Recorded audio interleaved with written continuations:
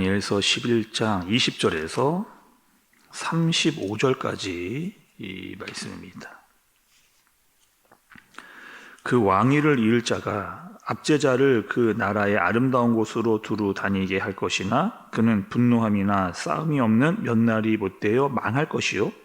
또 그의 왕위를 이을 자는 한 비천한 사람이라 나라의 영광을 그에게 주지 아니할 것이나 그가 평안한 때를 타서 속임수로 그 나라를 얻을 것이며 넘치는 물 같은 군대가 그에게 넘침으로 말미암아 패할 것이요 동맹한 왕도 그렇게 될 것이며 그와 약조한 후에 그는 거짓을 행하여 올라올 것이요 소수의 백성을 가지고 세력을 얻을 것이며 그가 평안할 때에 그 지방의 가장 기름진 곳에 들어와서 그의 조상들과 조상들의 조상이 행하지 못하던 것을 행할 것이요 그는 노력하고 탈취한 재물을 무리에게 흩어주며 계략을 세워 얼마 동안 산성을 칠 것인데 때가 이르기까지 그리하리라.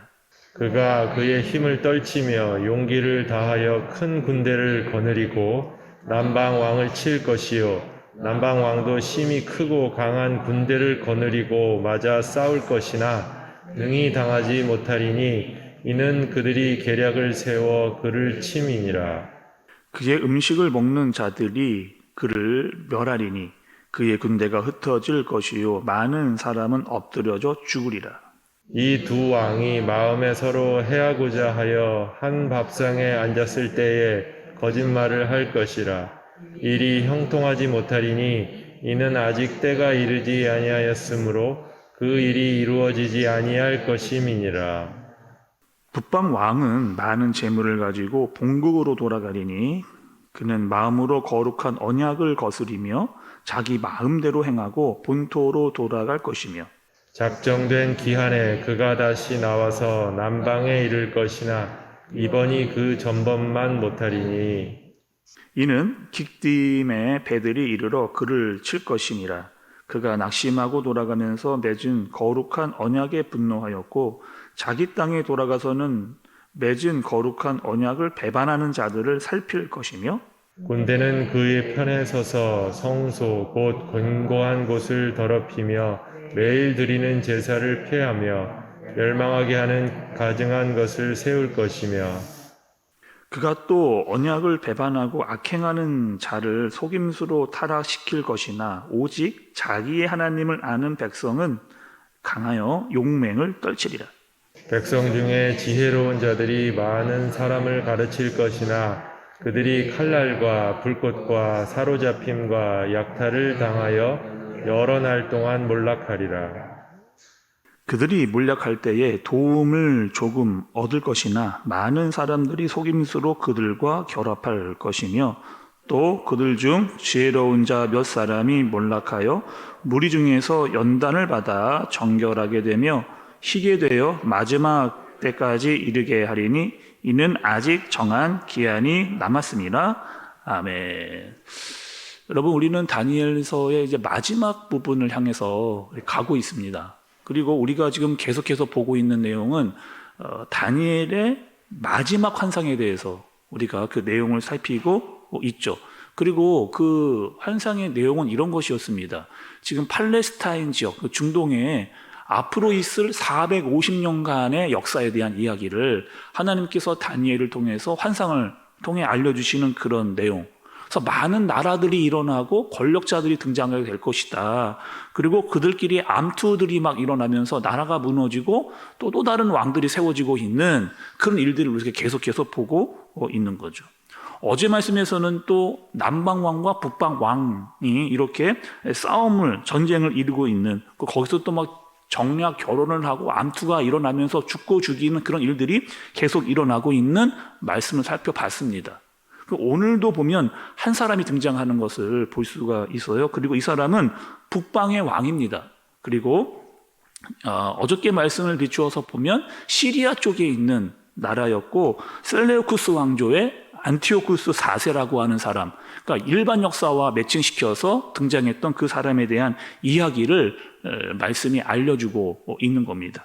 여러분 21절의 말씀을 좀 보도록 하겠습니다. 21장 또 그의 왕위를 이을 자는 참 비천한 사람이라 나라의 영광을 그에게 주지 아니할 것이나 그가 평안한 때를 타서 속임수로 그 나라를 얻을 것이며 이렇게 이야기했습니다. 그래서 이 안티오쿠스 4세라고 하는 사람은 어떤 사람이냐? 아주 잠깨가 빠른 사람입니다. 그리고 왕이 될 만한 제목이 아니었는데 아주 악한 사람으로서 공모술수에 아주 능한 사람이어서 목적과 수단을 가리지 않는 그런 사람. 결국에는 이 사람이 이제 왕이 될 것이다 라고 이야기를 해주는 겁니다. 그리고 그 사람이 어떻게 하느냐? 정치와 군사를 전부 다 장악을 하고 이 북방의 왕이었는데 갈수록 남방의 왕들을 치러 전쟁을 일으키는, 그리고 지중해까지 그 영토를 넓혔던 왕의 이야기를 해주고 계시는 거죠. 또 이 사람은 어떤 사람이냐? 왕이 되는 과정에서 자기 식구들을, 집안 사람들을 막 죽고 죽이는 일들을 함부로 행했던 암투를 막 계속해서 일으켰던 사람이 바로 이 사람입니다.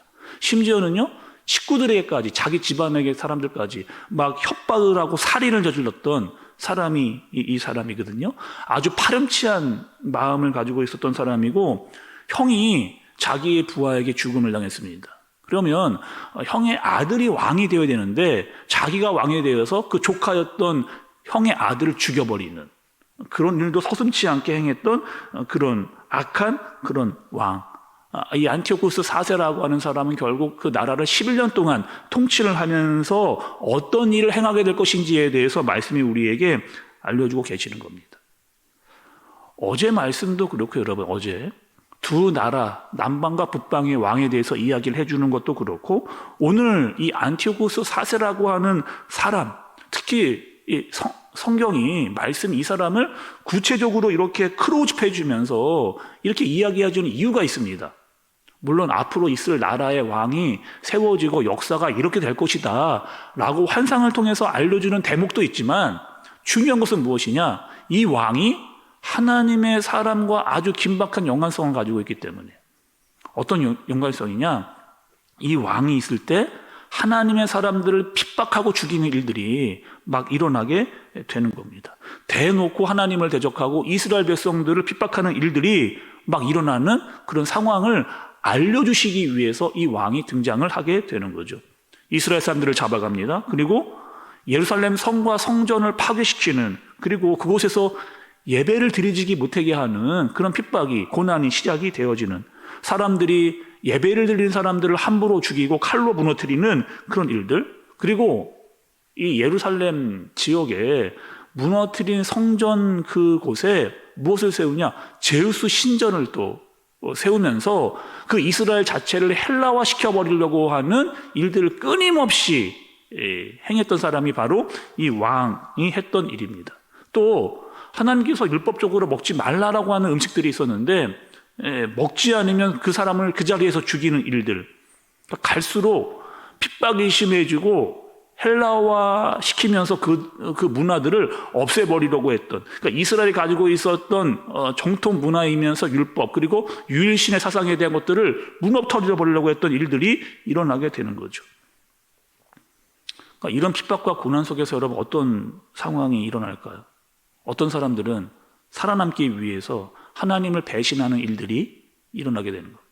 또 어떤 사람들은 그래도 끝까지 믿음을 지키면서 하나님을 따르려고 했던 사람들로 두 사람의 방향으로 나뉘어지는 모습을 보게 되는 거예요. 그 여러분 31절과 32절의 말씀입니다. 군대는 그의 편에 서서 성소 곧 견고한 곳을 더럽히며 매일 드리는 제사를 폐하며 멸망하게 하는 가증한 것들을 세울 것이며, 그가 또 언약을 배반하고 악행하는 자를 속임수로 타락시킬 것이나 오직 자기의 하나님을 아는 백성은 강하여 용맹을 떨치리라, 이렇게 이야기합니다.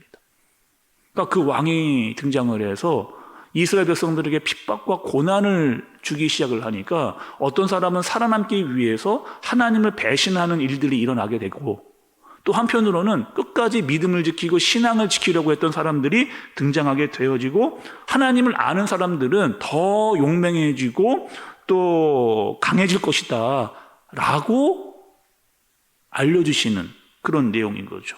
또 우리가 조금 전에 살폈던 그 안티오쿠스 4세, 하나님을 대적하고 또 하나님의 사람들을 죽이는 그런 일들이 있겠지만, 고난과 핍박과 악행이 있겠지만 45절 마지막 부분에 보니까 어떡합니까? 반드시 하나님의 정하신 때가 되면 그 나라와 그 왕도 어떻게 될 것이다? 무너지게 될 것이다. 그것이 계속해서 이 다니엘서를 통해서 우리에게 알려주시는 말씀이잖아요. 새로운 나라들이 세워지고 또 강력한 왕이 등장한다 할지라도 그것은 무엇이다? 반드시 하나님께서 정하신 때까지만, 그때까지만 그런 악행이 일어날 것이다. 그리고 반드시 하나님의 심판이 기다리고 있다라고 하는 이 사실을 계속해서 우리가 다니엘서를 통해서 새로운 나라들이 세워지고 강력한 왕들이 나타나겠지만 그들은 다 정한 때까지다 라고 하는 사실을 다니엘서가 알려주고 있는 겁니다. 여러분, 우리도 마찬가지잖아요. 갈수록 시대가 악해지고 있습니다. 또 이 마지막 때 예수님께서 다시 오시게 되는 재림의 때가 가까워질수록 어떤 일들이 일어나게 되느냐? 악한 사람들이 더 많이 등장을 하게 되는 거죠. 그리고 두 부류의 사람들이 등장하기를 시작합니다. 자신이 살아남고자 하기 위해서, 자신의 목숨을 구하기 위해서 하나님의 말씀, 그 핍박과 고난 앞에서 배신을 하는 사람들이 등장을 하게 되고, 그러나 반면에 끝까지 하나님의 말씀을 지키면서 믿음으로 살고자 하는 이 두 부류의 사람들이 여전히 등장할 것이다. 다니엘서를 통해서 이미 예언으로 알려줄 것이고, 우리 지금 이 시대를 사는 사람들에게도 앞으로 그런 일들이 일어나게 될 것이다 라고 하는 이 문제에 대해서 말씀을 해주시는 거죠. 결국 너희들은 어느 편에 설 것인가? 너희들은 결국 그 핍박과 고난 앞에서 어떠한 편에 설 것인가? 이 이야기를 해주는 겁니다. 그리고 반드시 여러분, 이런 때가 되면 우리에게 필요한 것이 있는데 바로 믿음과 용기가 더욱더 절실히 필요한 때, 그때가 가까이 온다는 거죠. 여러분, 세상을 좀 보세요. 갈수록 세상이요, 갈수록 혼란스러워지고 있습니다. 이단이 판을 치고 있고, 또 세상의 권력 잡은 사람들이 더 자기를 앞세우고 더 부강한 나라를 세우려고 하는 그런 일들이 일어나고 있죠. 우리는 어떤 마음을 가져야 되느냐? 또 이 종말의 때가 가까울수록, 예수님께서 언제 다시 오실지는 모르겠지만 그때가 가까울수록 우리에게 핍박과 고난은 더 심하게 될 것이다. 그리고 그리스도인들에게 바로 필요한 것이 있는데 그것은 무엇이다? 용기와 믿음이라고 하는, 우리에게 반드시 믿음과 용기가 필요하다라고 하는 사실을 이야기해 주시는 거죠.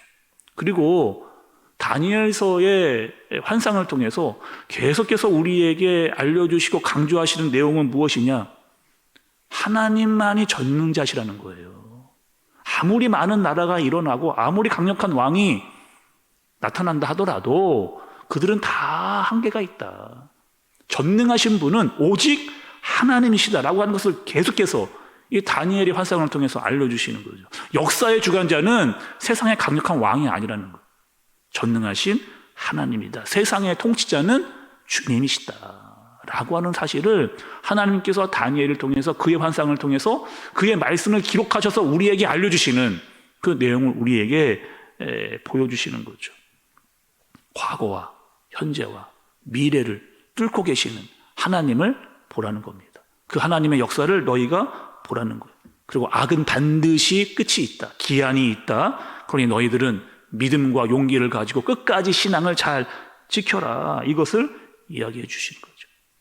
그리고 그런 사람이 누구예요? 다니엘이라는 거죠. 거룩한 사람으로, 이 앞으로의 모든 일들이 있겠지만 여전히 하나님의 사람으로 붙잡힌 바 되어서 하나님의 말씀대로 살아가려고 하는 한 사람, 그 다니엘을 보여주시면서 너희가 이렇게 살아야 된다라고 알려주시는 겁니다. 믿는 사람들은 세상의 권력 앞에서 또는 폭압자 앞에서 좀 약해 보이는 것 같습니다. 그러나 우리는 강한 자다.